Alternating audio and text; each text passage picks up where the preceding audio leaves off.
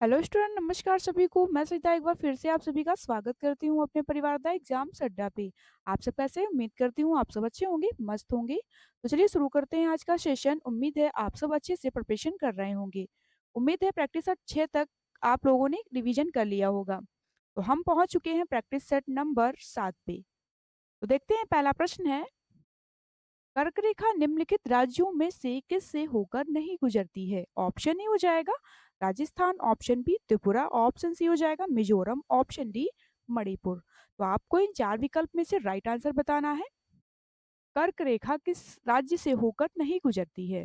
तो हम पहले देख लेते हैं कर्क रेखा के बारे में कुछ फैक्ट। कर्क रेखा भारत को दो बराबर भागों में विभाजित करती है और भारत में कर्क रेखा 8 राज्यों से होकर जाती है। तो चलिए देखते हैं, राइट आंसर हो जाएगा ऑप्शन डी मणिपुर। मणिपुर से होकर कर्क रेखा नहीं गुजरती है, ऑप्शन डी राइट आंसर हो जाएगा। नेक्स्ट, भारतीय वन अनुसंधान संस्थान कहाँ स्थित है? ऑप्शन ए देहरादून में, ऑप्शन बी शिमला में, ऑप्शन सी हो जाएगा गुवाहाटी में, ऑप्शन डी त्रिवेंद्रम। तो आपको इन चार ऑप्शन में से राइट आंसर बताना है। Forest research institute of India कहाँ स्थित है? तो हम पहले बात कर लेते हैं भारतीय वन अनुसंधान संस्थान के बारे में। कुछ इंपॉर्टेंट पॉइंट देखते हैं। भारतीय वन अनुसंधान संस्थान देहरादून को 1878 में वन स्कूल के रूप में स्थापित किया गया था। 1906 में इसे इंपीरियल वन अनुसंधान संस्थान के रूप में नामित किया गया है। तो चलिए देखते हैं, राइट आंसर हो जाएगा ऑप्शन ए देहरादून। भारतीय वन अनुसंधान संस्थान देहरादून में स्थित है। ऑप्शन ए वाले बच्चे बिल्कुल करेक्ट हो जाएंगे। अगला प्रश्न है, प्रसिद्ध सोमनाथ मंदिर कहाँ स्थित है? ऑप्शन ए तमिलनाडु में, ऑप्शन बी गुजरात में, ऑप्शन सी उत्तर प्रदेश में, ऑप्शन डी राजस्थान में। तो आपको इन चार विकल्प में से राइट आंसर बताना है। प्रसिद्ध सोमनाथ मंदिर कहाँ स्थित है? तो हम बात कर लेते हैं सोमनाथ मंदिर के बारे में। कुछ इंपॉर्टेंट पॉइंट देखते हैं। सोमनाथ मंदिर गुजरात, सौराष्ट्र के काठियावाड़ क्षेत्र में स्थित है। इस क्षेत्र में भगवान श्री कृष्ण ने वंश का सहारा करने के लिए अपनी देह लीला समाप्त की थी। 1024 में महमूद गजनवी ने सोमनाथ मंदिर को ध्वस्त कर दिया, उसकी संपत्ति लूट कर अपने देश चला गया। तो सोमनाथ मंदिर कहाँ स्थित है? तो ये स्थित है गुजरात में। ऑप्शन ए राइट आंसर हो जाएगा। अगला प्रश्न है, सुल्तान इल्तुतमिश की पुत्री रजिया सुल्तान किस वर्ष में सुल्तान बनी? ऑप्शन ए 1256 ईस्वी में, ऑप्शन बी हो जाएगा 1246 ईस्वी में, ऑप्शन सी 1236 ईस्वी में, ऑप्शन डी 1226 ईस्वी में। तो आपको इन चार ऑप्शन में से राइट आंसर बताना है। तो हम बात करते हैं रजिया सुल्तान के बारे में। रजिया सुल्तान भारत की प्रथम मुस्लिम महिला शासिका थी। रजिया सुल्तान का जन्म 1205 में हुआ था। ये सुल्तान उद्दीन इल्तुतमिश की पुत्री थी जो दिल्ली की गद्दी पर 1236 में बैठी थी। तो रजिया सुल्तान किस वर्ष में सुल्तान बनी? तो ये बनी थी 1236 में। ऑप्शन सी राइट आंसर हो जाएगा। अगला प्रश्न है, सुभाष चंद्र बोस ने आजाद हिंद फौज की स्थापना किस वर्ष की थी? ऑप्शन ए 1943 में, ऑप्शन बी 1941 में, ऑप्शन सी हो जाएगा 1940 में, ऑप्शन डी 1945 में। तो आपको इन चार ऑप्शन में से राइट आंसर बताना है। सुभाष चंद्र बोस ने आजाद हिंद की स्थापना किस वर्ष की थी? तो हम बात करते हैं सुभाष चंद्र बोस के बारे में। देखते हैं कुछ इंपॉर्टेंट पॉइंट। सुभाष चंद्र बोस ने 1943 में आजाद हिंद फौज की स्थापना की थी। उन्होंने सिंगापुर में आजाद हिंद की अस्थायी सरकार की नींव रखी। तो आजाद हिंद फौज की स्थापना किस वर्ष हुई? तो ये हुई थी 1943 में। ऑप्शन ए राइट आंसर हो जाएगा। अगला प्रश्न है, निम्न में से कौन सी नदी नेपाल से होकर भारत में बहती है? Option A Dhaulagiri, option B Son, option C हो जाएगा भिलंगना, ऑप्शन डी कर्णाली। तो आपको इन चार ऑप्शन में से राइट आंसर बताना है। नेपाल से होकर भारत में बहती है कौन सी नदी? तो हम बात करते हैं कर्णाली नदी के बारे में। कुछ इंपॉर्टेंट पॉइंट देखते हैं। घाघरा नदी तिब्बत के पहाड़ों में स्थित नामाचा हिमनद से निकलती है। ये नेपाल में इसे कर्णाली नाम से जाना जाता है और ये गंगा नदी की प्रमुख उपनदी है। तो नेपाल से होकर भारत में बहती है, तो कौन सी नदी है? तो ये हो जाएगी कर्णाली नदी। ऑप्शन डी राइट आंसर हो जाएगा। नेक्स्ट, निम्न में से कौन सा राज्य भारत की 7 बहनों या 7 सिस्टर्स ऑफ इंडिया के समूह में शामिल नहीं है? Option A Meghalaya, option B Sikkim, option C Nagaland, option D Arunachal Pradesh. तो आपको इन 4 ऑप्शन में से राइट आंसर बताना है। तो हम बात करते हैं 7 सिस्टर्स के बारे में। भारत में 7 सिस्टर्स के नाम से अरुणाचल प्रदेश, असम और मेघालय, त्रिपुरा, मिजोरम, मणिपुर और नागालैंड प्रसिद्ध हैं। ये सातों राज्य पूर्वोत्तर राज्य भारत में स्थित हैं। तो 7 सिस्टर ऑफ इंडिया के समूह में शामिल नहीं है, कौन सा राज्य है? तो ये हो जाएगा Sikkim. Option B right answer हो जाएगा। अगला प्रश्न है, क्षेत्रीय ग्रामीण बैंकों की स्थापना किस वर्ष में की गई थी? ऑप्शन ए 1980 में, ऑप्शन बी 1975 में, ऑप्शन सी 1960 में, ऑप्शन डी 1972 में। तो आपको इन 4 विकल्प में से राइट आंसर बताना है। क्षेत्रीय ग्रामीण बैंकों की स्थापना किस वर्ष की गई थी? तो हम देख लेते हैं क्षेत्रीय ग्रामीण बैंक के बारे में। तो इसकी स्थापना सितंबर 1975 में क्षेत्रीय ग्रामीण बैंक अधिनियम 1976 के प्रावधानों के तहत की गई थी। तो आई होप आप लोगों को पता ही हो गया होगा। इसका राइट आंसर हो जाएगा ऑप्शन बी 1975।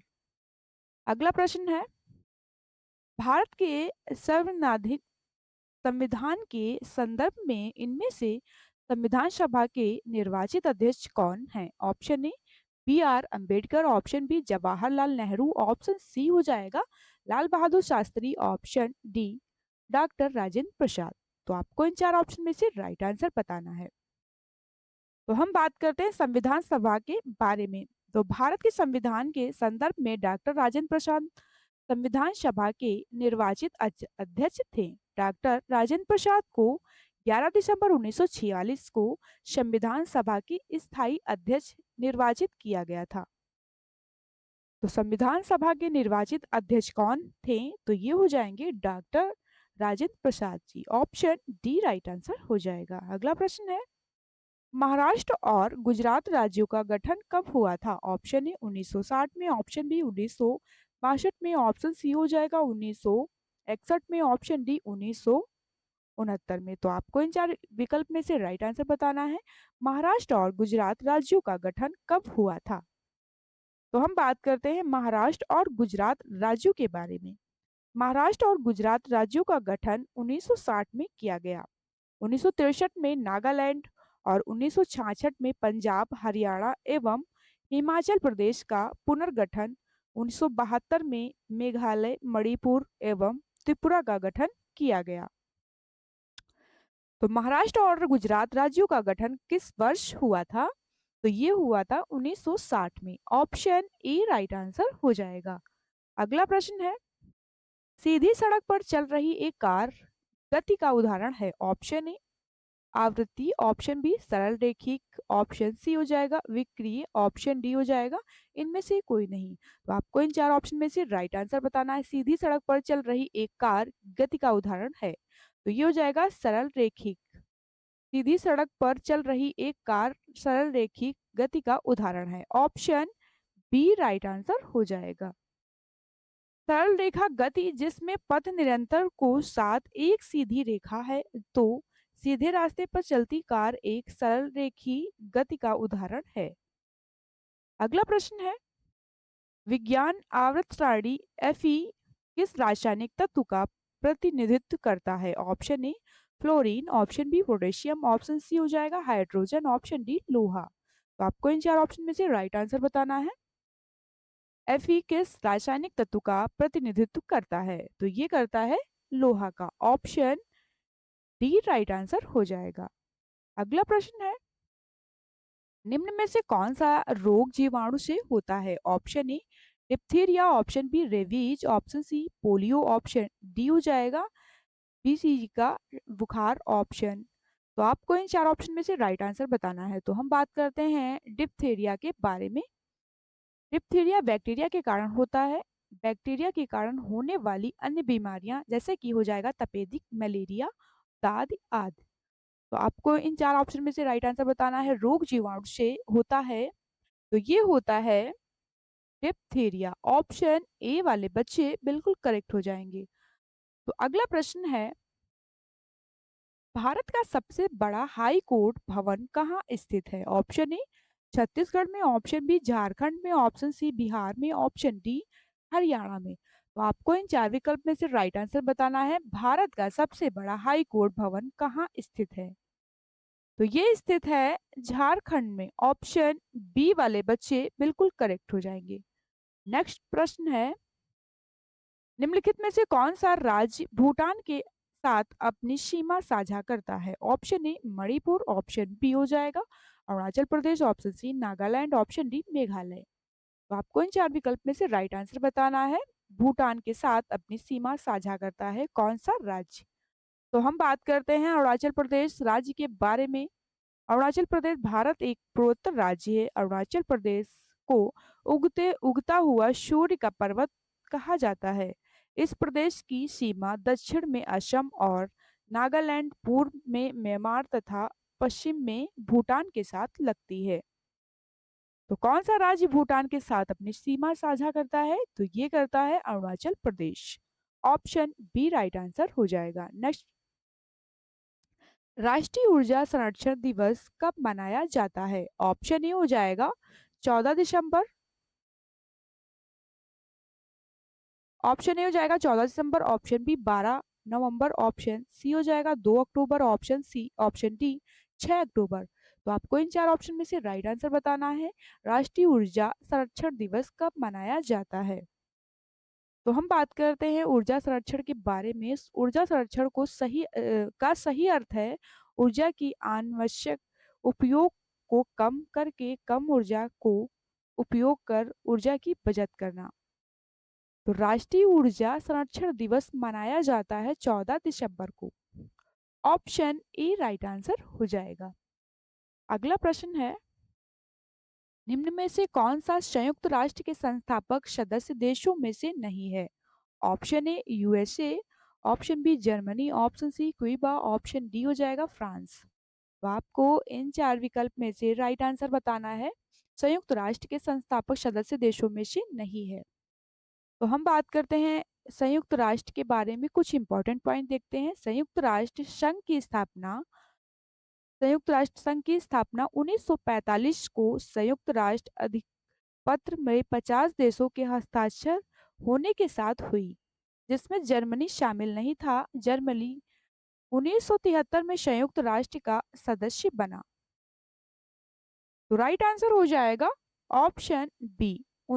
ऑप्शन बी हो जाएगा जर्मनी।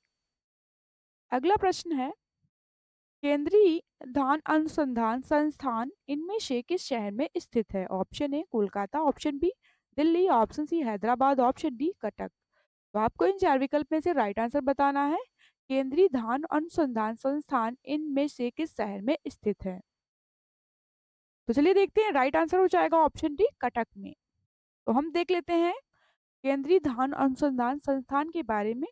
तो ये कटक शहर में स्थित है। इसकी स्थापना 1946 में की गई थी। अगला प्रश्न है, निम्नलिखित में से किसने धारा 1887 की क्रांति की शुरुआत की थी? ऑप्शन ए सिपाहियों ने, ऑप्शन बी किसानों ने, ऑप्शन सी हो जाएगा बागान श्रमिकों ने, ऑप्शन डी जिम्मेदारों ने। तो आपको इन चार ऑप्शन में से राइट आंसर बताना है किसने धारा 1857 की क्रांति की शुरुआत की थी। तो हम बात करते हैं 1857 की क्रांति के बारे में। सिपाहियों द्वारा 1857 की क्रांति की शुरुआत की गई थी। इतिहास में इस क्रांति की शुरुआत 10 मई 1857 में मानी जाती है। तो किसके द्वारा हुई थी? तो ये हुई थी सिपाहियों के द्वारा। ऑप्शन ए राइट आंसर हो जाएगा। अगला प्रश्न है, सुभाष चंद्र बोस ने वर्ष में कांग्रेस पार्टी की अध्यक्ष बने थे? ऑप्शन ए 1932 में, ऑप्शन बी 1941 में, ऑप्शन डी 1938 में, ऑप्शन डी हो जाएगा 1943 में।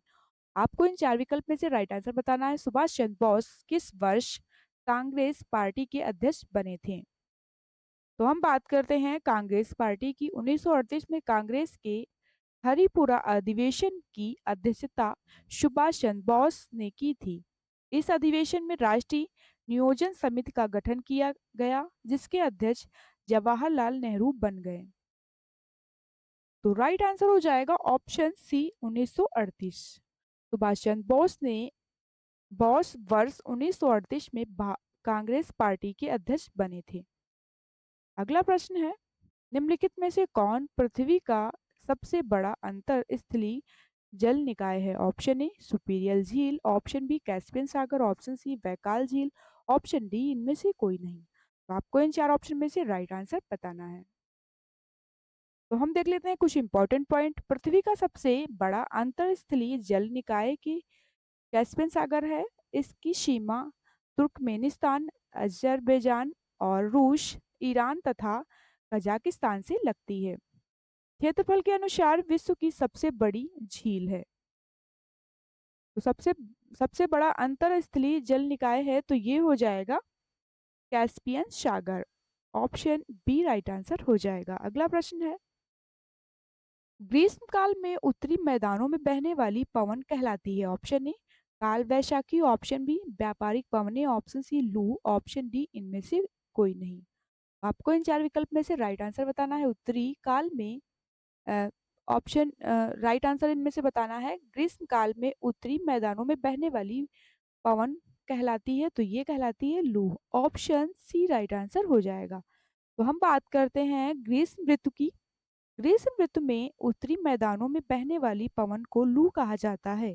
ये गर्मियों में उत्तरी, पूर्वी, पश्चिमी यूरोप में सूखे की स्थिति में उत्पन्न करती है। लू की वजह से तापमान में भारी वृद्धि होती है। चलते हैं अगले क्वेश्चन की ओर। अगला क्वेश्चन है हमारा, त्वचा की सबसे ऊपरी परत को क्या कहा जाता है? ऑप्शन ए अधिचर्म, ऑप्शन बी अधिकेंद्र, ऑप्शन सी उपकला, ऑप्शन डी एपिडोम। तो आपको इन चार ऑप्शन में से राइट आंसर बताना है। त्वचा की सबसे ऊपरी परत को क्या कहा जाता है? तो हम देख लेते हैं, त्वचा मानव शरीर का बाहरी अंग है। ये बाहरी तत्वों से शरीर की रक्षा करता है। त्वचा की संरचनात्मक इकाई तीन परतें होती हैं, जैसे कि देखते हैं एपिडर्मिस, डर्मिस, हाइपोडर्मिस। त्वचा की तीन परतें होती हैं तो ये कौन कौन सी हैं? तो ये हो जाएगी एपिडर्मिस, डर्मिस और हाइपोडर्मिस। तो त्वचा की ऊपरी परत को कहते हैं हम अधिचर्म। ऑप्शन ए राइट आंसर हो जाएगा। अगला प्रश्न है, इसरो का मुख्यालय किस में है? ऑप्शन ए नई दिल्ली में, ऑप्शन बी बेंगलुरु में, ऑप्शन सी अहमदाबाद में, ऑप्शन डी इनमें से कोई नहीं। तो आपको इस चार ऑप्शन में से राइट आंसर बताना है। इसरो का मुख्यालय किस में है? तो हम बात करते हैं इसरो के बारे में, कुछ इंपॉर्टेंट पॉइंट देखते हैं। तो भारतीय अंतरिक्ष अनुसंधान संगठन इसरो का मुख्यालय बेंगलुरु में स्थित है। और इसरो की स्थापना किस वर्ष में हुई थी? तो इसरो की स्थापना 1969 में हुई थी। तो उस इसरो का मुख्यालय कहाँ स्थित है? तो ये स्थित है बेंगलुरु में। ऑप्शन बी वाले बच्चे बिल्कुल करेक्ट हो जाएंगे।